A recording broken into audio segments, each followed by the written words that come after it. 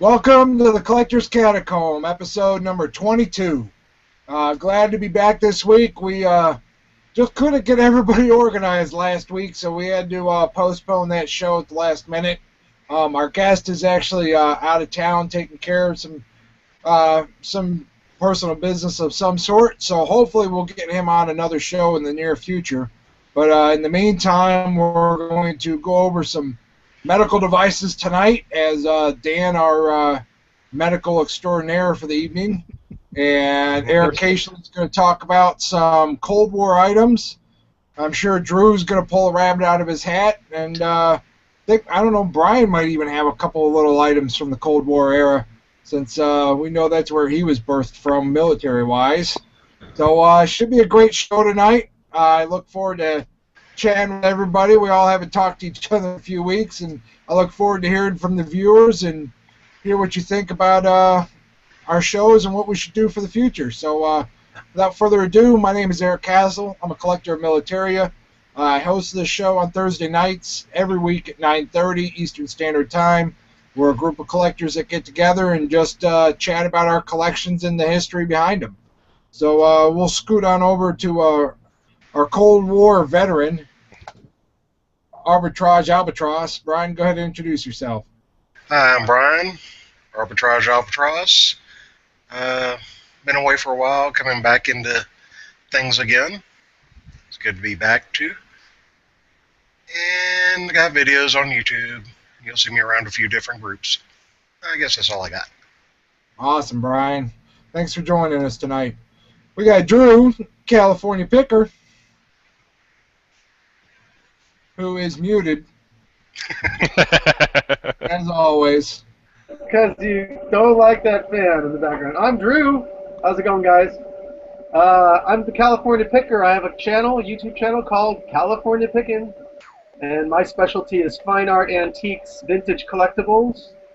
Go check out my Facebook page, The California Picker, and shoot any questions you have my way. Back to you, Erik.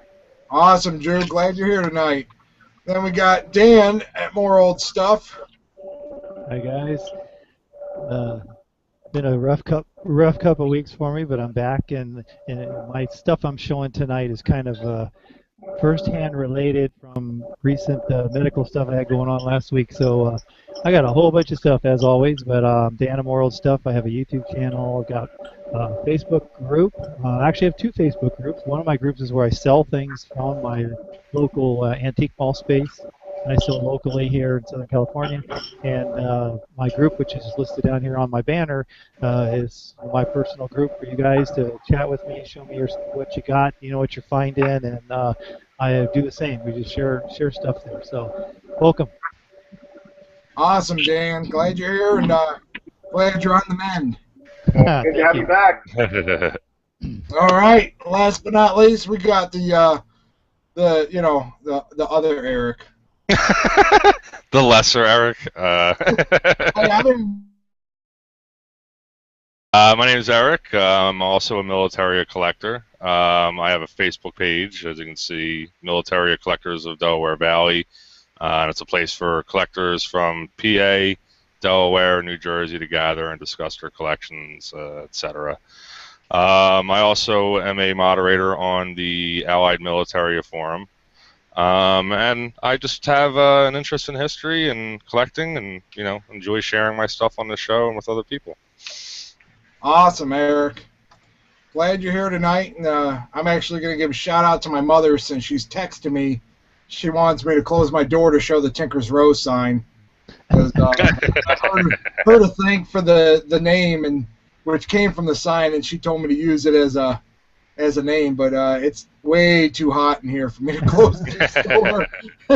I'll give her a couple minutes. Watch it, I figured I'd say, hey, hi, Mom. Hi, Mom. So, well, let's get rolling since Brian's hardly ever got things to share. Brian, what do you got tonight to share? Well, seeing some of the messages from earlier today, talking about the Cold War items, and more specific, Berlin. I was assigned to Field Station Berlin as the wall came down and even shut down the unit. Uh, Personally, I have 2 challenge coins, see if I can get them without too much reflection, from Field Station Berlin.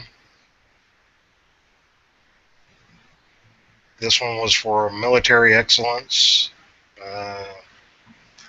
There's different military things that we were tested on.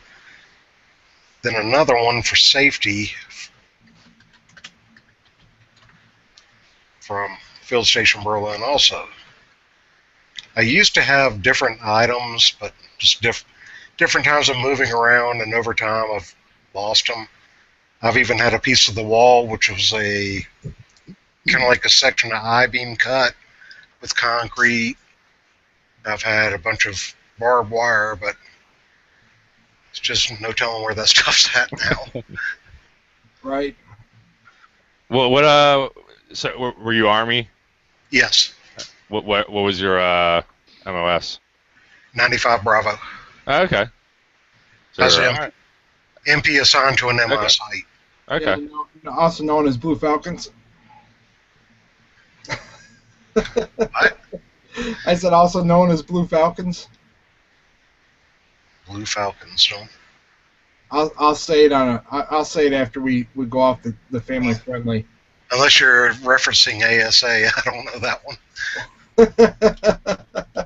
I'm just messing with you, man. No, that's great though. Challenge coins are always cool. What's kind of neat about the ones that you got, Brian, is that they're those, like you said, Field Station Berlin. I mean, that's not there anymore.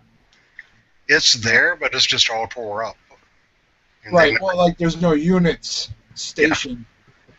like 5th of the 502nd Infantry, they're all gone. I mean, I was there when we shut down the hill and our whole unit was gone. I think the only thing that's on there now is the Marines. That's it, because Berlin used to not be the capital. That was in Bonn, I believe, because Berlin was all split up. But once Berlin came back to being the capital of all of Germany, the U.S. couldn't have the presence there in their capital, so that killed things. Cool, man. Well, thanks for sharing with us. It's always good when we can include you in on some stuff, you know. Erik. All right. Next Cold War candidate. What's up? All right. So I hit up a local thrift shop last week, and or actually 2 weeks ago, I guess. And you know, I was just kind of strolling through, and I stumbled across these 2 boxes here, and I just thought, oh, this is pretty cool. So you know, they're relatively inexpensive, actually, which I was kind of shocked at. But so here they are, and you know, obviously, what caught my attention immediately was the Berlin Wall. And I was like, oh, well, what the heck are these things? So, you know, I kind of opened them up and, you know, looking through them. And sure enough, inside is pieces of the Berlin Wall. And, you know, these were commercially available in 1989. They were sold by a company called Hyman Products, Inc. And they're actually selling them in department stores for $10 per box. And basically what happened was they acquired, I think it was 50 tons of material from the Berlin Wall after it came down, and broke it up into about 750,000 pieces. And each box comes with actually 2 pieces, so they come in this nice little, you know, velour bag, and then in the box itself are these little 2 pieces. So you got 2 little pieces of the Berlin Wall, probably about the diameter of a quarter, or maybe a little bit smaller.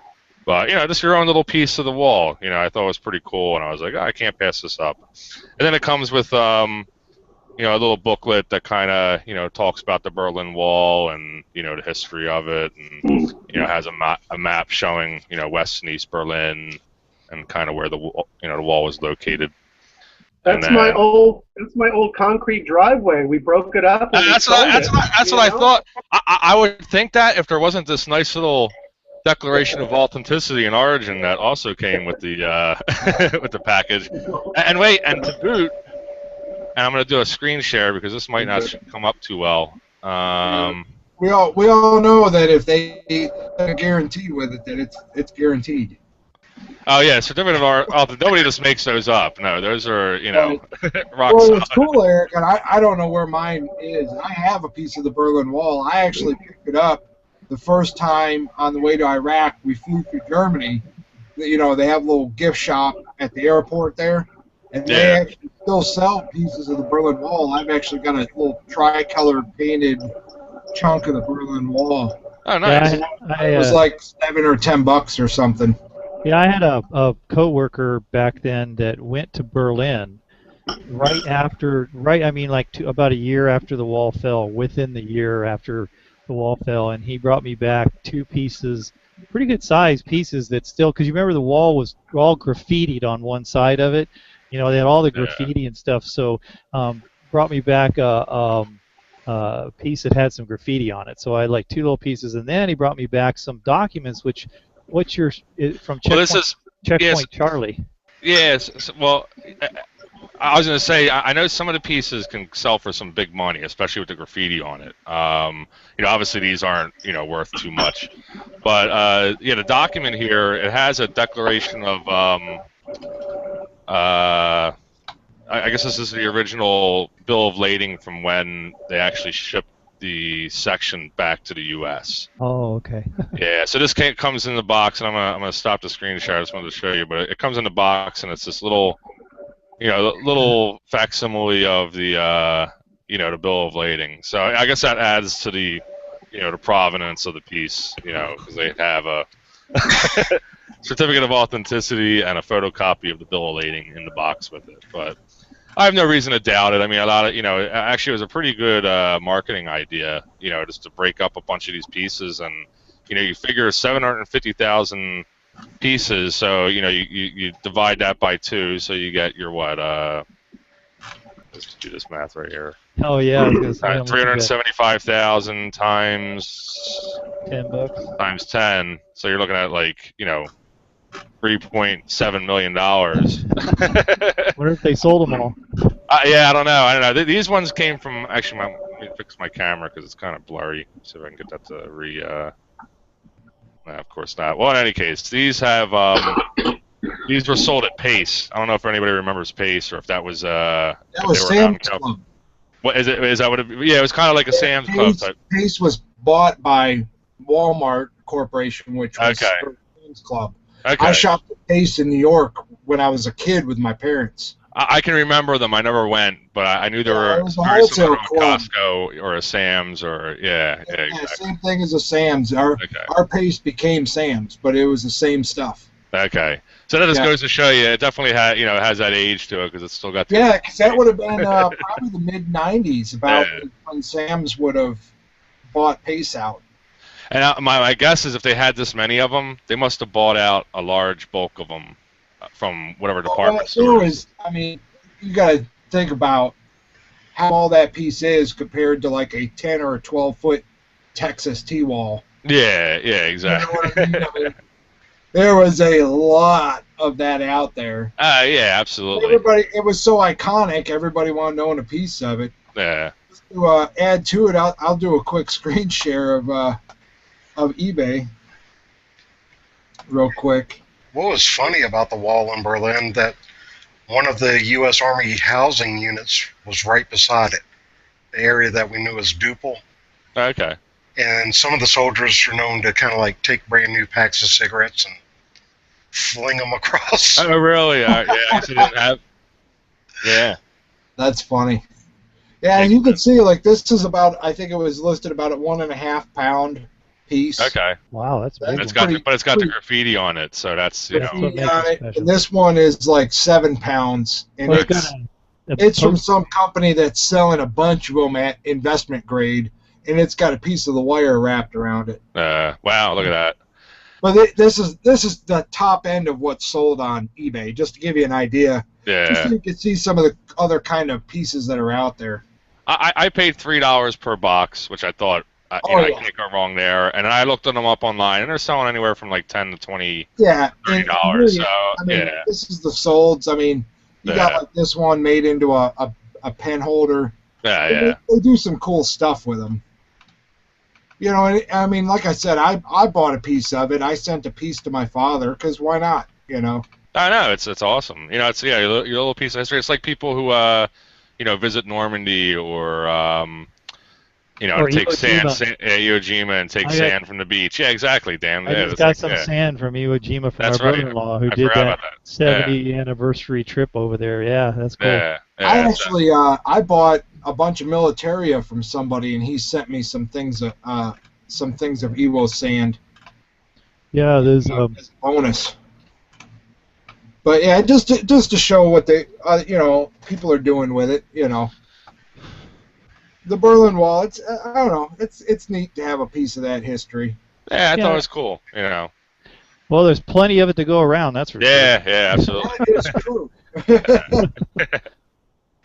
All right, so if you don't mind, I'm going to segue into the next thing, and so we have the Berlin Wall. So obviously stateside, the Cold War, everybody was fearing there was Star Wars going on. So. Or even prior to that. So what I have, I'm a property manager for a bank, which I won't name. And in my travels, I get to visit some older buildings. So one of the buildings I visited, I walk into the basement for the first time, and I look over and I'm like, what the hell is all this crap?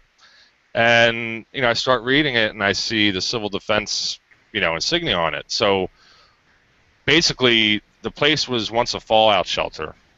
And all of the civil defense stuff from the 60s was still sitting in the basement, left where it was from the 60s. So I had to have it all cleaned out because some of it was crackers. We don't want to have that stuff sitting around, and really it served no purpose anymore. So we pretty much chucked most of it, but then I saved a few pieces just because I'm stupid. I would have saved all of it. It had all been in my garage, tiled to the ceiling. I have a shed, so I'm limited in my space. But this will give you an idea. So here's a 24-pound box of crackers, and they're dated 1962. Cool. So this isn't open. I have a picture I can show you, but inside are two large tins, standing, probably about this wide and this tall, filled with crackers. And I don't know, they're government crackers, so they may very well still be good to eat, but I'm not going to take a chance. The same day they did when they were first new. Probably they probably didn't taste any good when they were first put in there. Probably, and it's funny because I've heard of people eating Civil War hardtack later on and not dying from it. So I'm like, well, I guess I could get away with eating, at this point, 50-year-old crackers. So yeah. And then one of the other things... I think it'd be cooler to try Civil War hardtack than it would civil defense. Yeah, exactly. I think this would be better for the Civil War stuff. So one of the iconic things, and this was hanging up, you have your fallout shelter sign, and then I don't know if we can see the close-up, but it says civil defense. Yeah. Kind of in small words, and then there was arrows that were once here that kind of pointed where to go, upwards, downwards, or whatever. Yeah, they had them where there was a spot to write at the bottom as well. Yeah. Actually, my father has one that I gave him from a building in Fort Jackson.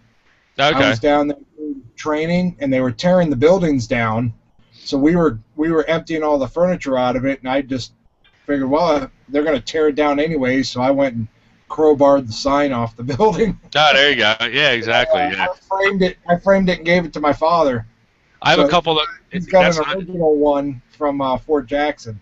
Oh, wow, that's awesome. Yeah, I run across... This one was lying on the floor, so I didn't feel bad, but I run across them, quite often, actually, hanging up in basements. I never touch them because, that's not worth risking my job to, walk out with a fallout shelter sign, but all this stuff was going to be thrown away, so I didn't really feel too bad about, Well, and that was just it, same thing. They were tearing the buildings down to put new barracks up. The barracks were just old, they were all the Cold War era barracks. Yeah. Everyone had one hanging by the doorway, and they were just tearing the buildings down one by one. Yeah, it would have been scrapped, yeah. And they actually, I was shocked. I mean, again, not to discuss price, but I looked them up online, and they can fetch a pretty penny sometimes. I was kind of shocked. The originals actually do. Yeah, I was shocked.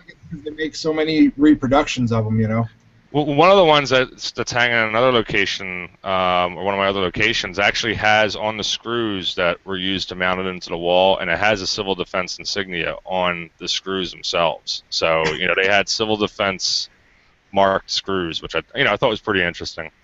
So one of the other pieces, and this one's, quite large. So this is a sanitation kit, and basically this would have contained bags, toilet paper, a toilet seat, basically everything that you needed to just kind of, eliminate any waste products or, dispose of them so that they weren't just, kind of sitting in a pot, stinking up the place. Yeah. So, so this was pretty cool. This was empty. I think it did have a roll of toilet paper. The only other thing that was in here, and I think it might still be in here, was a boy, a little big for your average pickup bug out kit, huh? Yeah, exactly. Yeah, you're not right. Well, that's why I was just sitting in the basement, and I'm going to show you a photo of what it looked like when I first discovered it, because there was probably about 3 or 4 of these, and then maybe 10 boxes of the crackers, and then maybe like 5 or 6 of this other one. And this is the it's kind of like a small oil drum, and again, it's got the civil defense. So what this was for water. You'd store your drinking water in here. And then once you would keep one that was empty, and you would put the bag in there. And then what you would do is you would put the toilet right on top of the bin, and that was your commode. There you go. So you would use this to. So this is what you would use, and then you would put any other food waste or anything else in there. And this is basically, and it's got a lid that so you can seal it. And then basically once you fill it up with literally crap, you'd seal it up and put it in the corner, and then you'd have another one and keep doing the same. Boy, just like the government to give you a big barrel to fill with crap, huh? Yeah, absolutely. So this is actually 17.5 gallons is what the storage capacity is. Boy, that's and it even says in there, it even says to reuse as a commode. It's got restrictions on how to do that. Commode. Now, which branch of service would be commode? What's that? Well, the Marines call it a head. Army calls it a latrine. I don't know. What does the Navy call it? I don't know. I thought that was the head with the Navy, too. Well, I guess the Marine Force, maybe commode came from the Air Force. French Army. The French Army. The French Army. Le commode. It's actually kind of cool. I just learned something about my own family history because, of course, my mother's sitting here texting me, and she said she was actually in Frankfurt as a baby when the wall went up. Oh, really? Wow. And because her father was. I was gonna say she was an army brat, I guess. A couple tours in Korea and a couple tours in Vietnam, and was stationed in Germany. Okay. My mother was actually born in Darmstadt. Oh, wow. At the base there. So, and she said that she was a baby and the families were put on alert to be evacuated and shipped out because they thought another war was going to break out. Oh, wow. That's kind of interesting. So I'm learning some of my own family history. That's awesome. That's awesome. Yeah. Well, for us, the night the wall, I guess you could say it came down, we went on alert too and we're in the intel site and we're like, we don't know what the heck's going on. So we were all on alert too. Right. Until it was like, oh, wait a minute, they're opening the gates? What?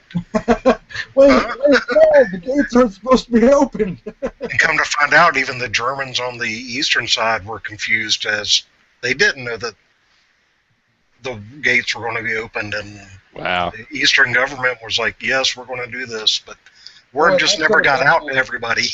That could have been a different outcome, couldn't it? How much did you think that Ronald Reagan played into that whole thing? None. It was all David Hasselhoff. David Hasselhoff single-handedly tore the wall down. Didn't SpongeBob doing that too? That would be a great plot for a movie about, the walls getting ready to coming down, and you've got the Germans on one side, Americans on the other side, and you got this. Nobody knows, and so now this battle starts up, because they think they're being attacked, and they don't know that the wall. I mean, there could be this cool little story going on there, man. I thought you were going to say a movie about David Hasselhoff. Actually. Yeah, he would be in it. He would be the general. David Hasselhoff actually wrote the Gorbachev speech that Reagan gave. Mr. Gorbachev, tear down that wall. Yeah. So this is a quick screen share. So this is actually how I found everything. So this was, you know, it's all just kind of piled up in a corner. That's You can neat. see that there was, you know, tons of bins, you know, just sitting around.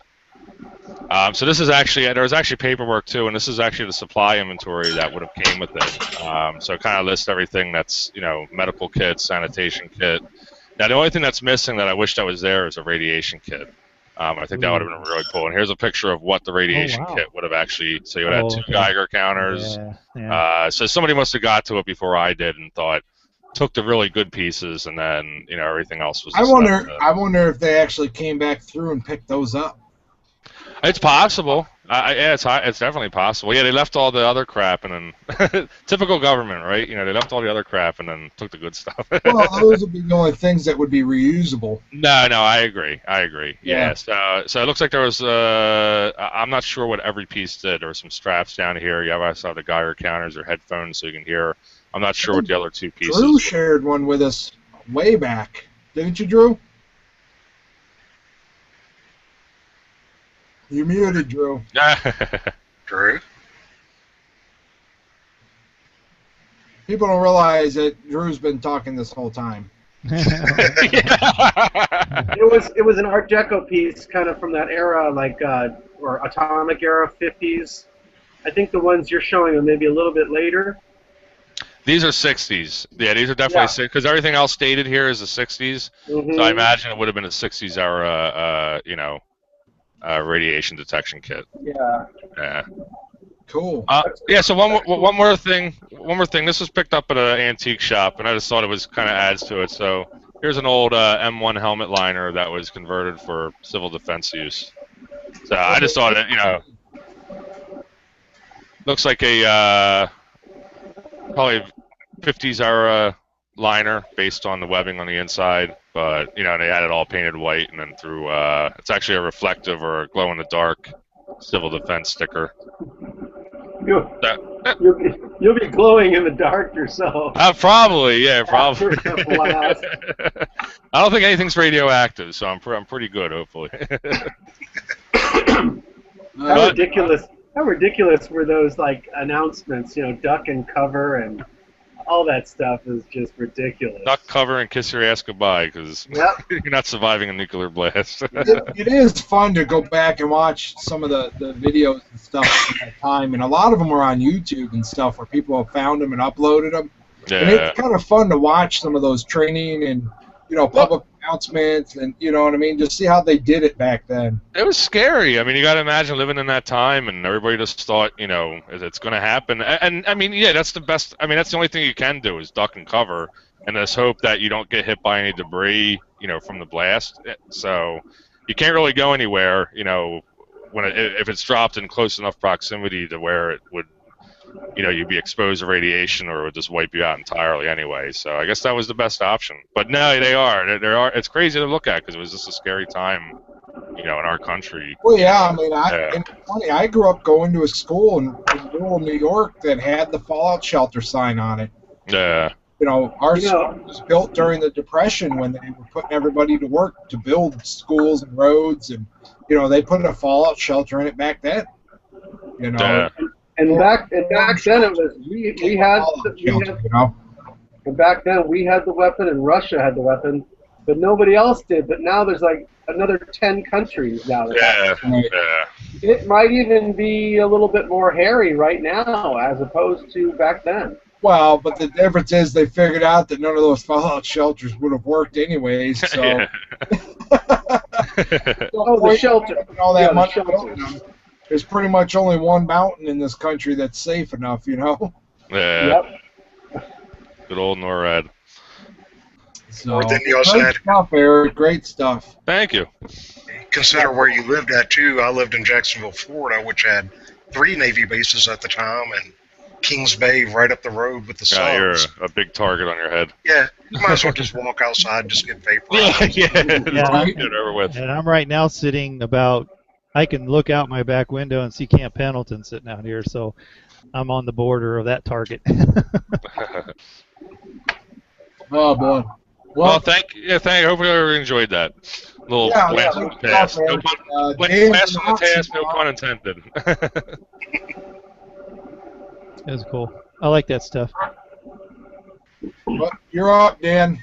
All Hey. right. Well, Can you scooch your mic closer to your mouth? okay. Let's see. I moved it a little bit. How's that? Any better? Yeah, that's All better. right. Sorry, I'm talking a little bit weaker tonight. Oh, So you're let me. good now. We can hear you. All right. One of the things is to kind of continue because I was going to talk about medical stuff, and I have a bunch of things here. This is the closest I have to the 60s, and I found this actually just a couple weeks ago. It's a first aid kit. It's dated 1968. I believe it may be. I don't think it's civil defense. I'm going to try to turn it this way. It'll be kind of upside down, but I think it was used in like a factory or a business of some kind because there's a safety officer's information. It's dated October 1968, right there, and I'm not sure what DSA. But it's a form. Is that defense? I mean, I don't know if that's military. I mean, well, I'm thinking DSA with Defense Supply Agency.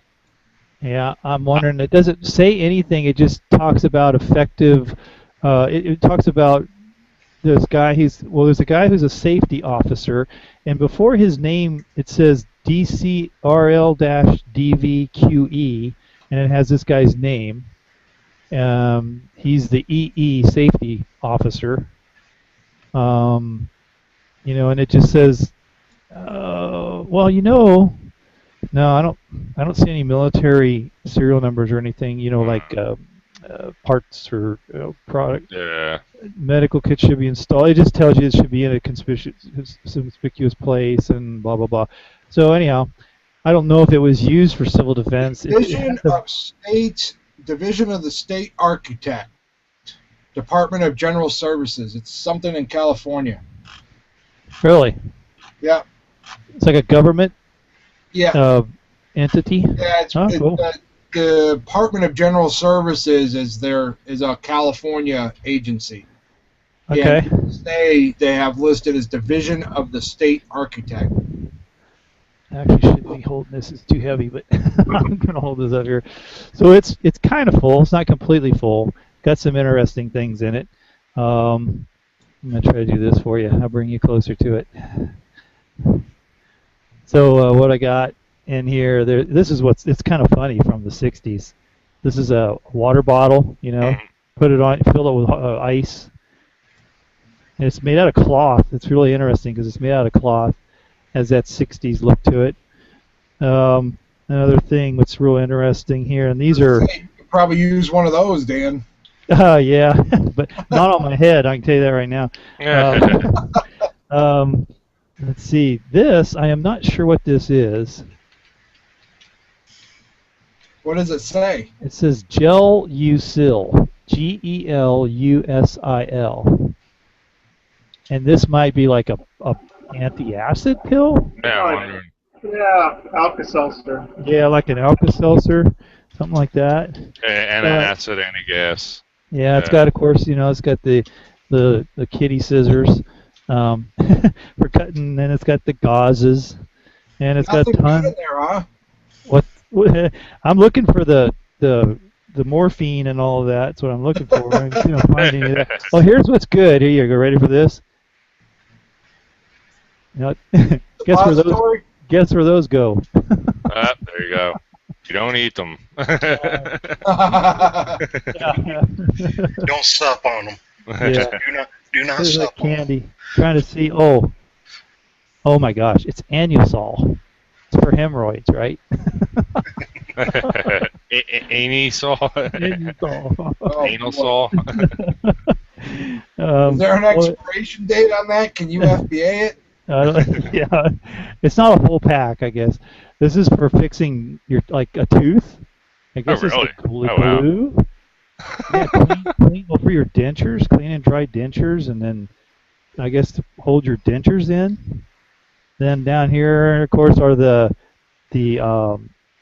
ammonia inhalants. You pop those little things open, and in case you pass out. There's a whole bunch of these. It's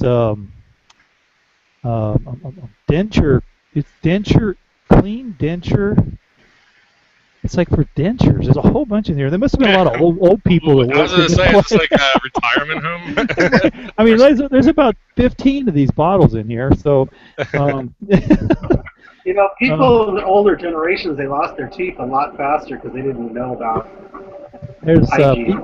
pieces of wood in here for splints, for splinting arms and whatever. Anyhow, I just picked this up a couple of weeks ago, and I thought it was kind of cool. Then when you mentioned we were going to do kind of, oh wait, here's a bottle of something. I didn't look at this. This is Spirits of Ammonia. I guess that's for waking somebody up, right? Yeah, you got those little things, and then you got this. This is a sealed, brand new sealed bottle. There you go. What's the actual content? The ingredients. Is it just ammonia? I forget what the. Let's see here. Probably says caution star in a cool place. Contains alcohol 65% by volume. 65% alcohol. Spirit of ammonia aromatic. So it's probably alcohol and ammonia. Yeah. Diluted alcohol, diluted ammonia, diluted with alcohol or something like that. That's like smelling salts? Yeah, I would imagine that's what that is. So yeah, there you go. Had some interesting stuff in here, bandages and stuff. So, let's close this, get this out of the way. Now, can you smell that stuff and see if it's still good? I've been tempted. I've been tempted to crack one of those little ones open. See if they still has the stuff in it. Yeah, I've just picked up. I kind of like medical stuff. I've had some really neat medical kits. Like I had one from like the 1800s that just had some bizarre things in there. It was more of a dental kit for pulling teeth and had the big pliers and all that. I've since sold that one, but I've got a bunch of other things. I got these one time, a whole bunch of these things. There is a name for these hammers. These are the things they hit you on the knee with. Knee knockers. I guess. They're not silver. They're made out of they're chrome. They're steel plated. This one's just, some of them are inscribed. This is Nurse's Station.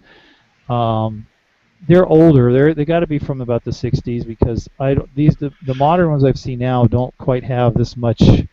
They're more plastic handled and not as heavy and they use. But I have about, there's two more of them laying around here somewhere. Yeah, about 6 of these. Oh, here they are. These are a little better condition. Yeah, these are kind of cool. So I don't know what I'm going to do with these things. I just have these all. One of these days I'll have a display. But what I did do is I collect.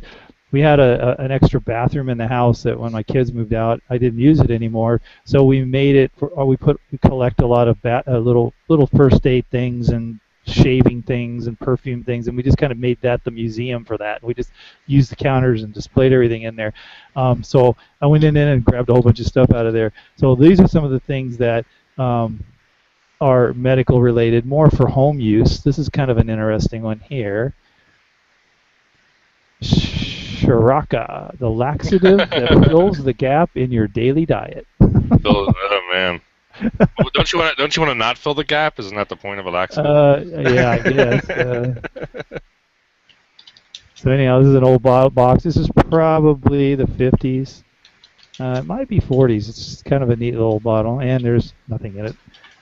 Then if you got problems kind of going the other way, well, if that doesn't work, and if you have constipation and a headache, you could take this stuff.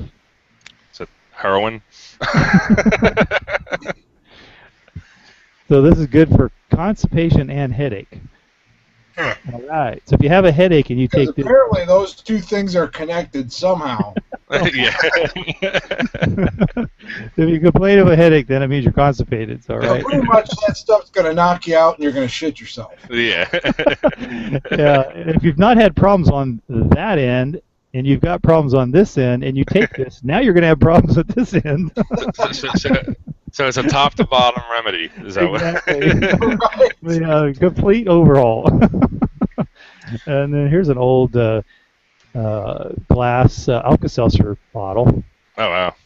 This is kind of neat. It's even got it there. It's even got a couple in the bottom that are It's kind got of the paper label on it. That's kind of cool. You always see all the old medical bottles, but you never see the paper labels still on yeah. it. Yeah, this is kind of neat. Still has a couple in there. And it's stuck in the bottom. Smells good. Yeah, no, pop fizz one. It seems like you have a lot of stuff geared towards one end of the body. Yeah. Well, you notice my shirt. I don't know if you saw my shirt. There you go. Look at that. How fitting. And I found out, I looked it up real quick, those little knee knockers, they're called reflex hammers. Just reflex hammers? Okay. Now this, you may see, they still make these today, but this one's made out of glass. So I guess if it's an eye wash. So Okay. I thought you put an egg in there. it looks like it's a little too small for an egg, but I thought you were in California and it was some type of bong. you never know. It's probably a cocaine sniffer thing or something. Right. Or something. To stick it in your nose, you go for it. But yeah, this is glass. They make these now in plastic, but this is kind of cool. You put your cleaning whatever for your eye. You stick this over your eye, and you open your eyeball up and let the fluid go in there and wash out. It's also if you get something in your eye. They use this in emergencies first. You get something in your eye. That's pretty cool, though. Yeah, That's kind of the little knick-knack I'd put on my shelf, is something wacky like that, made out of glass. I was gonna say, well, when's that from, Dan? Can you date it based on the type of glass, or? I don't know. This blue glass is the same kind of glass they made bottles out of in like the 30s. That's I was just thinking this. Yeah,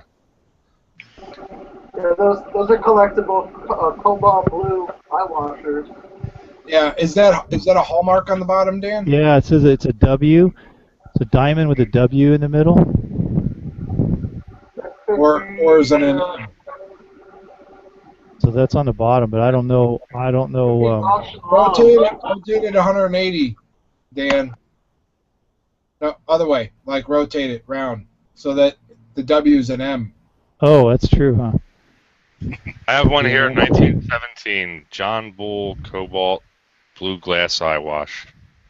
Yeah, I wonder what that hallmark is. That's probably where you'd be able to narrow it down. All of them seem to be blue, that cobalt blue, too. The ones that I'm seeing, just doing a search. Maybe the same company made them.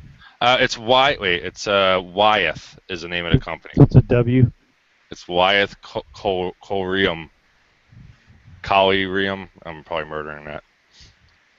Yeah, all of them have actually. Some of them have Wyeth actually written on the side of them.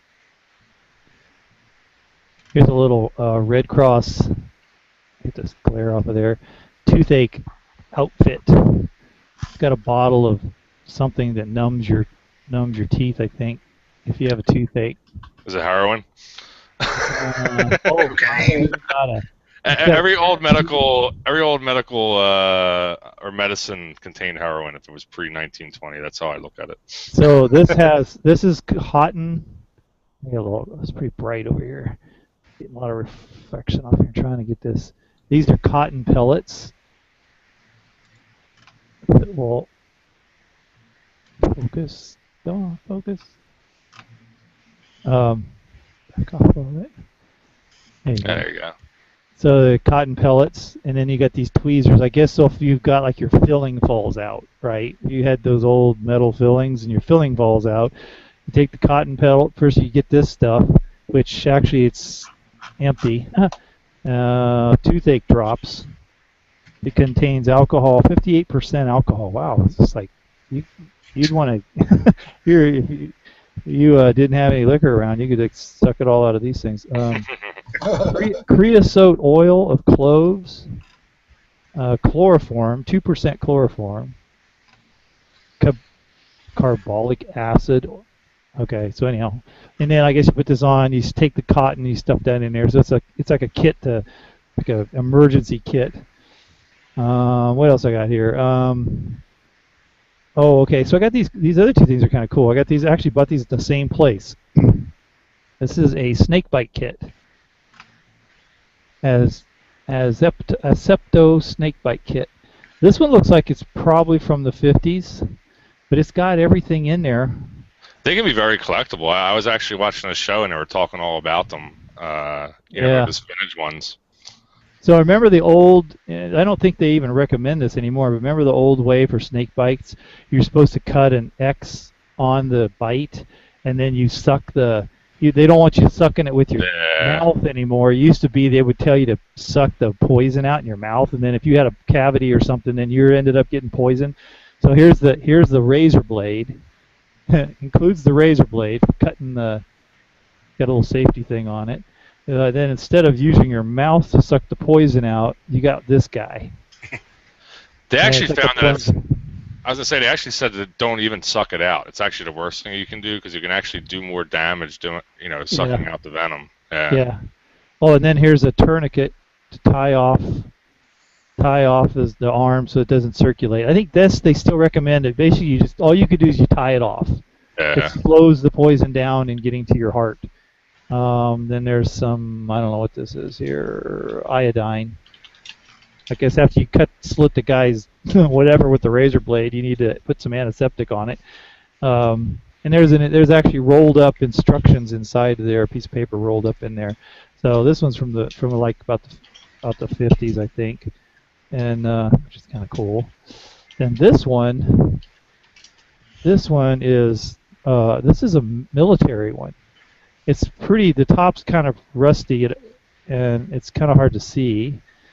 But U.S. government, it says on there, property of the U.S. government, snake bite kit.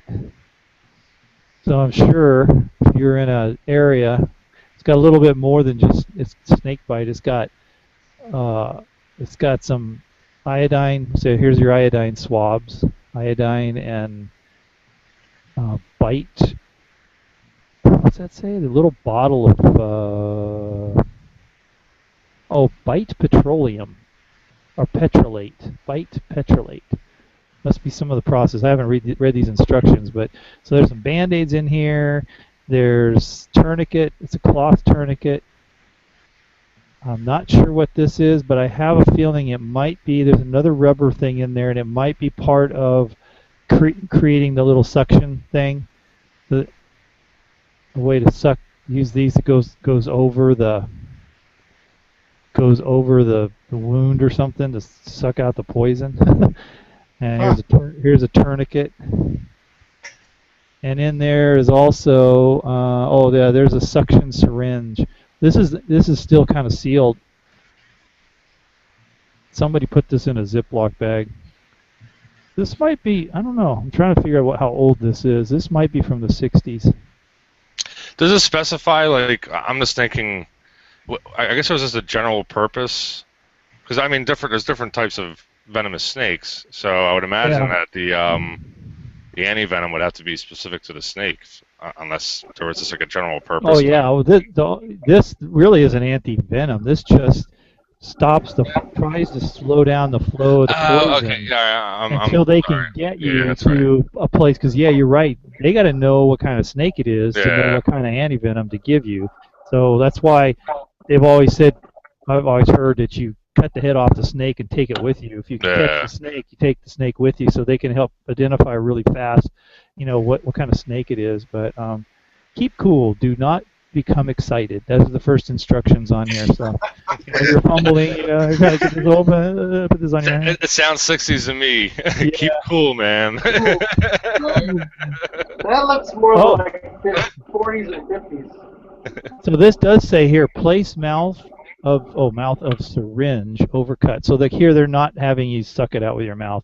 Holding tight against the skin, pull plunger back, but not out of the barrel. This sucks the poison out of the blood. Empty and repeat. Wow. Okay. So if the pulse is weak, you break one of the ammonia inhalants and hold under the patient's nose. Get patient to a doctor as soon as possible. Do not allow patient to exert himself or walk unless absolutely necessary. Maybe by E.D. Bullard Company in San Francisco. That says on there. So anyhow, that's that little piece. That's pretty cool, Dan. Hey, real quick back on your eye cut bath. Okay. It looks like that's probably going to be somewhere in the teens what I'm reading about is it seems like most companies switched to aluminum in the 20s. Really? Wow. Okay. So, and the company that made that, let's see, it looks like it was sold out in 1931. It was sold out to somebody else. Huh. Wow. That's To cool. American Home Products Incorporated. They became the owners, and Wyeth Arist is actually still in business today. Oh wow. Cool. You probably tell by the hallmark because it looks like they had, like I said, the name printed on the side at one point. Yeah, When they changed it. some of their stuff had the name printed on it. I'm not seeing a whole lot on the hallmark, but I Okay, think because it was a short-lived company. gotcha. You know what I mean? Because I'm trying to see when it actually came about. So he doesn't really talk about when they actually started producing glass. The only reason they produced that was they came up with this eyewash in the early 1900s. And So that's they what made they were the- marketing it Okay. with, was the glass bottles. The And stuff. bottle. Yeah. Okay. Yeah, so they that weren't makes really a glass maker, so to speak. Right. They just they were more of the solution, making the solution. Right. Cool. And they just had their their mark put on the bottles. Right. So either way, I mean, it tells you it's still, at least the teens, if not into the 20s, but no newer than that. Well, you got to figure when did like eye drops come out? I guess that would be the equivalent today to what Yeah. that was used for then. Probably. Yeah. Yeah. Still a cool piece. Oh, yeah. yeah, absolutely, yeah. And there is a subset who collects those eyewash things like that. I've seen them in. There's one of the eyeglass shops around here. They have them lined all around on a big top row. Just little eyewash glasses. Yep. Hey, next time you're in one, snap some pictures. It might be a while, but yeah, I'll try to remember that. Yeah, I always try to snap pictures when I run into places that have cool stuff hanging on the walls, And that's it. I did want to share something just real quick because I got two things today actually that I got and because I got the military guys here real quick. I wanted to see to help me identify something, whether this is military or is this Boy Scouts. Now it's made by Scala Classics. Since I got the Boy Scout and the military guys here, it's called the campaign model. That's Pharrell's hat. It is. It is. When I was looking it up, they said he made this hat famous. I'm happy. I would say military based on the grommet in the front, because that's where you would have put, Well, the grommets are vent holes. But this one in the front, though, that's where you'd put your. There's one in. The, they are. I didn't realize they were all around. Okay, now this is what threw me off. It has this. It has Yeah, this. That's not military. I know military doesn't do that. And Yeah, they don't put their logo on the outside of it. So I'm I thinking. would have to look to see if Scala even made them for the military, but a military version would not have a manufacturer's name on it. Isn't that a Canadian mounted police's hat type of style? It could be. Well, The Canadian camping has Mounties used them, style. Boy Scouts used them, drill sergeants used them, the Army Yeah. used them back in World War One. This could be a new hat because this company's actually still around, Scala. Yeah. They're still producing hats similar to this today. I'm just looking at My guess was that it was Boy Scout, like a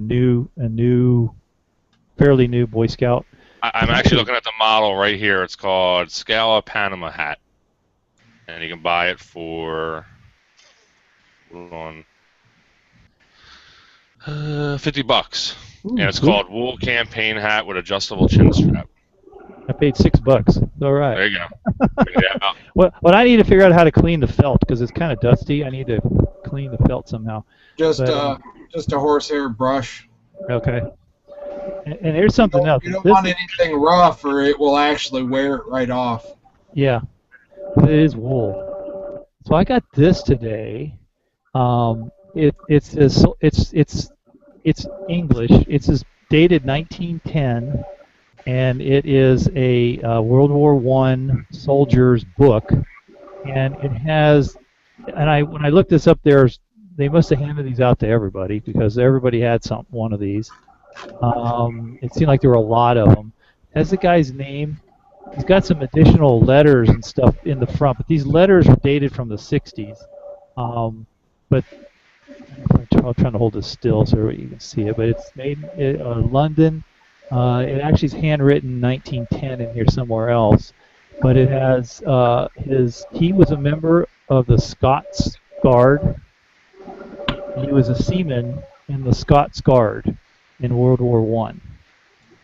The book is dated 1908, but there's actually a form in here that's filled out that shows that he enlisted in 1910. It tells everything about the guy. His name's Alexander Mason. He was enlisted at Aberdeen or Aboron, I'm not sure, somewhere in England, on the 2nd of December 1910. He was 18 years old and 6 months. He was enlisted for the Scots Guard, SCOTS Guard. He was there for 3 years, and then 9 years in the reserve. Born in the parish of trade or calling, he was a seaman. What's cool about that is there's a picture in here. It's actually a postcard picture of these British Navy guys. Looks like they might be doing something at a church or in a chapel or at a cemetery. I'm not sure. But this was inside of it. And there's nothing written on the back except what's printed. It's published by Portsmouth. That's kind of cool. There was another paper in here. Where's it at? Charter. This was his charter certificate. Character. Oh, is that what it says? I'm sorry. Character certificate, yeah. And there's his name. Exemplary.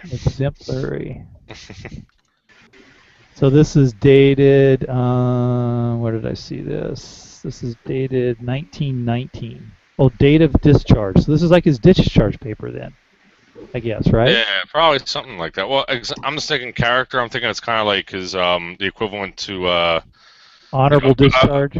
Does it say honorable discharge? No, but that's what we say. I was thinking more of like a good conduct medal in the U.S. Similar to that. Just okay. What their rating, but I don't know much about British Militaria, so I'm kind of green when it comes to that. But I do know that on Ancestry you can research a lot of the a lot of information on British soldiers is available. You can even find their medals, things like that they're awarded. So that would be an interesting research project just to kind of look deeper into. I just got this today, so I said I wanted to show you guys real quick if you knew anything about these things. It's real interesting. It's actually very interesting. I practically got it for nothing, so I'm really happy. Then he wrote some addresses in the back, mostly in England, penciled in people's addresses and stuff. So, and then most of this is like, saluting of officers, and there's a on the shoulder boards. Identifying the shoulder markings, and applications of how to put them. And there's some, stuff in here that I have no idea. Moleskin strappings of pantaloons. Tells you how to adjust the moleskin strappings on your pantaloons. Just in case anybody needs to know how to do that, we should post that up. How to wear your blue clothing, how to wear your scarlet clothing, washing flannel shirts, worsted socks, khaki clothing, and woolen goods. It's kind of interesting. How to pay compliments, paying compliments, like to a sentry or if you're a sentry.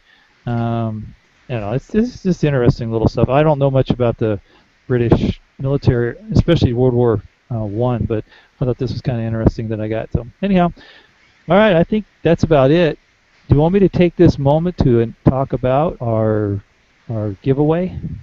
Yeah, go ahead and pimp that for a minute, Dan, Okay. and then we'll get over to Drew. Okay. We'll give him a little prep time there. Okay, so real quick, guys. We're going to do a historic Las Vegas giveaway. So I guess, if you know that the Riviera Hotel closed in May. I think May the 4th it officially closed.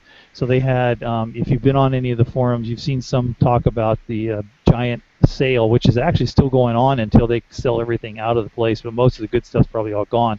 Our buddy Jason was over there. Jason Smith, T. Smith was in there shopping also. I'm waiting to see his video of the stuff he pulled out of there, but so anyhow, I got some stuff. I was able to get some stuff out of there through family members that are over there. So I got these. I got some of these. This is a hard plastic Riviera Hotel pineapple cup mug and piggy bank. It's got a slot. So I got this. I've got and some stir swizzle sticks that say Riviera Hotel on them. I have 5 of them here. So a little piece of Vegas. They're going to implode it. I heard they might do it this summer. Actually, the county or the city bought the property, so it's never going to be a hotel again. They're going to turn it into maybe a convention center or something.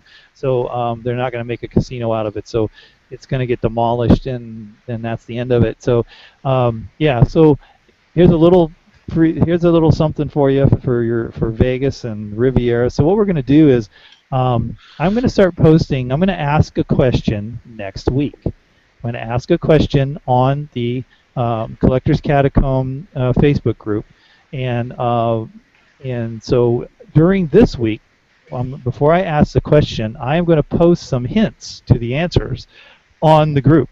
So if you're not a member of the Catacomb Collectors Catacomb, Facebook group, I need you to go over there, find it. It's easy to find, like it so that you can become a member and check any of the updates that happen in there.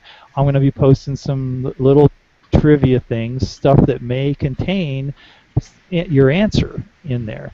Also, then next week I'll ask you a question. You'll answer it on the group, and we'll have a winner. So you'll have an opportunity to win this fabulous Vegas memorabilia shipped to you for free. All right, guys. So if you have any questions about it, hit us up and IM us or message us in Facebook. And if you have any questions, I may take bribes if you're really that desperate for this stuff. But anyhow, I don't lose it. And that's it. So we're ready for Drew. Awesome, Dan. Awesome, Dan. Great stuff. So yeah, make sure that go over and check out the Collectors Catacomb Facebook group. Get signed up over there. The hints and information, history and whatnot, get posted throughout the week, and then Dan will post the questions on our next show. And the correct answer is gonna win some cool Riviera collectibles. So nothing like a good giveaway on the Collector's Catacomb. So with that said, you ready to go, Drew? What you got for us tonight? I am. I'm ready to go. I like picking up little pieces of art. Sometimes I run into this, cool little pieces of art. Some of them are maybe done by a listed artist, but then others, maybe just a folk artist, etc. And I just like them. Sometimes I run upon them, and I found one the other day. I just kind of thought it was interesting. It's a scene from a road, bunch of road workers under these really colorful umbrellas. And I don't know, you probably don't see these anymore, but in days gone by, they used to use these very colorful umbrellas that the workers used to sit under to shade themselves from the hot sun. Mm-hmm. I just like the perspective here with the telephone poles on this lonely highway, and then these. You guys see that? Try backing it up a little bit. Maybe it won't, because it's kind of getting blurred out. Yeah, it's not focusing right on it.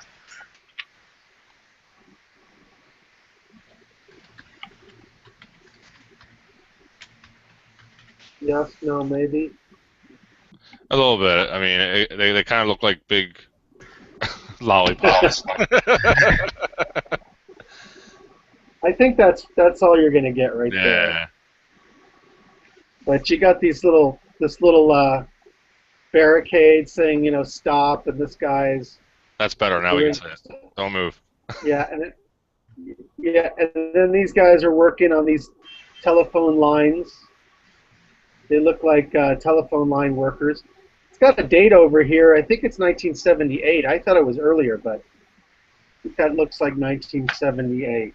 So no big deal. I just thought when I put that in a nice little, 8 by 10 frame, it's going to look pretty cool. I did a dumpster dive video last week for my world famous dumpster, and I found a whole bunch of stuffed animals. And around one of the stuffed animals' necks, I did not see this, but it's a sterling silver Star of David. Hold on a second. With inlaid malachite. That green stone is malachite. And it's sterling silver, you guys. I found this in the trash.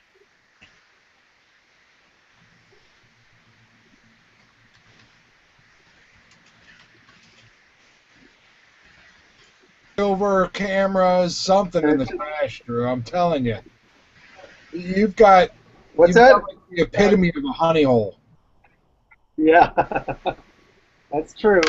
So that was quite lucky. I mean, I found about $50 worth of stuffed animals and a whole bunch of videotapes. And some of these tapes were in the trash, too. My favorite band, Led Zeppelin.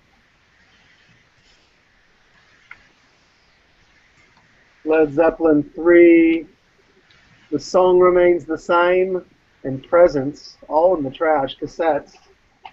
And I still play cassettes. I don't care. I got a cassette recorder. I can play that. Now I'll put this up, and you guys can do a little research on this. I'm always wondering, like, well, gosh, am I going to find any Militaria or whatever? But sure enough, I did find this week. You guys can look up this guy's name for me. What's the name? His name is Milton H. Farbstein. Farbstein. Milton H. Farbstein. He's lieutenant, and this is his war identification. I've never seen one or ran into one, that's for sure. There it is. And it's dated 1944. And that's F-A-R-B-E? Is there an E between the B and the S? Nope. Okay, so Farbstein, okay. There's a Milton Farbstein. There's a Milton Farbstein who passed away in 1970 and is buried in Queens, New York. Don't know if it's him, though. So this is World War II, and he's a lieutenant there. And on the back, which is really interesting, you got your fingerprints. I wonder if that would accompany a passport, because I've had passports. I actually had one that was to a sergeant. He was an intelligence officer from the 50s, and it actually had 2 different times that he had traveled through Iran. It had stamps from Iran in it. But and on the back here, so I wonder if it his statistics. Just official travel or something during that time. He's a small guy. He's 5'5", 160 pounds. Hair brown, eyes brown. The 8th of September.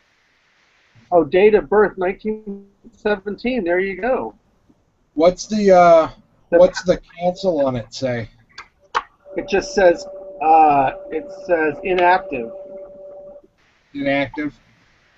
That's pretty cool. I guess isn't that cool? So what do you guys think? That's awesome. Yeah. I'm trying to find some stamped it information when for he him. got out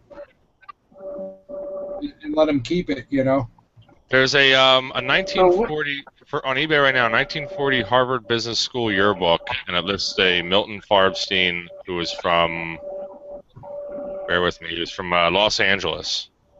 So could very well be a guy. Looks like he might have been a Harvard guy. wow. Well, that would make sense. What do you guys give me? A piece of his would end up in L.A. then. He probably stuck Yeah. around there after the war. What do you guys give me for this?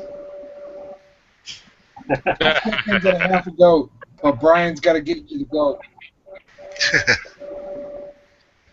So anyways, that was pretty cool. And then for my fourth object or item, I was in the Goodwill, and I was looking in the back through the glass window toward the back, so I could see what they were putting on the carts and everything.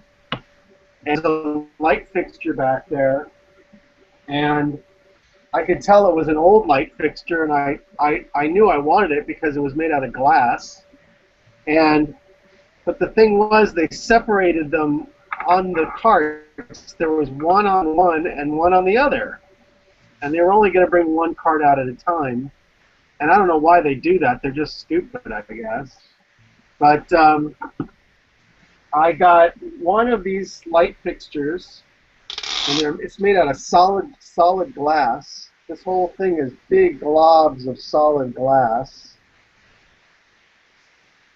And I'm saying that it's probably right, dude. You know, look at the plug and everything, and the cord. This to me looks like it's 1940s. Yeah, probably. Somewhere in there, 1940s. What's that again? You couldn't get the other one? Well, hold on. I'm going to get to it. So there's always a story with me, you know. I got to lead up to things. So this was on. I got this one first, and then I see the other one on the other cart, but it's not coming out right away, and I'm waiting and I'm waiting, and then I see the woman that I really detest. This one woman who's in there. I've told you about her before. She's gotten in my way before, and we almost had altercations there at the Goodwill. I see her hanging around, and she's looking in the back, and I'm thinking, oh man, it's on. We're gonna get into it again. And then she, I think, just gets impatient and buys something and leaves. And then, so of course, I picked up the other one. And I really like these bulbs, these big, long bulbs. They're pretty special. They produce a really interesting light. But they're a little too bright, and there's no shades on these things. So I was wondering, well, there were a couple shades there, but they were a little too small. And I remembered, in all the stuff I have, of course I have a couple of shades. And sure enough, I came home, and I tried these babies on them. And they work perfectly. Oh, there you go. Look at that. They're nice linen, brand new linen shades. And not to talk about price, but I got these for $7 a piece. So $14 for the pair. And I think they're, in this condition with the shades, probably $100, $125 with this thick, solid glass. Yeah. So that was pretty cool. I was happy about that, you know. Maybe put them up for $125 and take $85 or $95. That's still a good profit. Oh yeah. Yeah. So that's it for me this week. Hey Drew, there's just to give you an answer. There's a Milton H. Farbstein, born 8th of September 1917 and passed away 28th of December 2007, Los Angeles, California. They look like your guy. Let me write down that death date. 28th of December 2007. 28th December 2007. Wow. Looks like he was living in Sherman Oaks as well. He has a residence there. Really? Yeah. I don't know where that is in relation to you, but yeah, that's cool info. You know, when you come across this stuff, you don't know why anyone saved it and how it ended up in a little store where I got it. You know. know? Uh, I don't know. I just thought of you guys when I thought, man. And I was hoping it'd be somebody famous like, I don't know. But, yeah, a never few know. nice finds this week. That's how you find them. You just get them and look them up, you know. looks like he enlisted. Yeah, that's so cool. You guys. I just say, it looks like he enlisted April 4th, 1942, when he enlisted in the Army. So then he probably became April a 4th. officer a couple years later. Well, he had 4 years of college, so he probably enlisted initially, and then went right, received his Commission. commission Right. immediately, right away. Cool. Well, at And you least say you think he it's went. harder if they just go straight in as officers. It's harder to find them. There's a lot more And you- information and you- out there on enlisted guys. Yeah. And you think he went to Harvard? There's on eBay right now, there's a Harvard Business School yearbook for sale dated 1940. So it matches up with him being a college, and it has him listed there. If you do a Google search for his name, and then maybe Harvard, the yearbook's for sale right now. Now, Ancestry has yearbooks, but my account's deactivated right now. So sometimes you can find What yearbook year photos. Harvard yearbook was it? 1940. Harvard Business School, though, not. I don't think I have any business schools. Yeah. I But had it lists him as being in Los Angeles, so I'm 99% certain that it's him, and it matches up with the year and all that stuff. So, yeah. in 1940, he would have been 23. I'll have to look at my list and see. I've got way too many yearbooks, but I know I have some Harvard ones still. I just don't remember exactly what years. And actually, his civilian occupation is listed as accountants and auditors. So there's his business school degree right there. Ah, Cool. totally makes Awesome. sense. Well, what a great way to wrap up the episode number 22 of the Collector's Catacomb. Make sure you go check out the other shows this week. I know we had Sean in here earlier. He said there'll be a Toadcast tomorrow night. Dusty's got Picker's Church on Sundays with Ronnie and Square Deal Guy. Saturdays, Chad and some people, Golden Finger Picker, they've been doing a Q&A, so go check out Golden Finger Picker and his Q&A. Hopefully we'll have a guest on next week talking about A2 bomber jackets.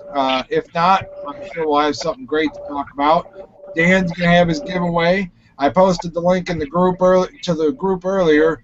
It's also going to be down in the description. So go ahead and join the Collector's Catacomb Facebook group. Easiest way to get updates about what's going on and when the show is going to be and what the show is going to be about. Till next week, thanks for joining us. Thanks for watching. We'll see you later. All right, everybody. Hi, everybody. Good night. Yeah. Cheers.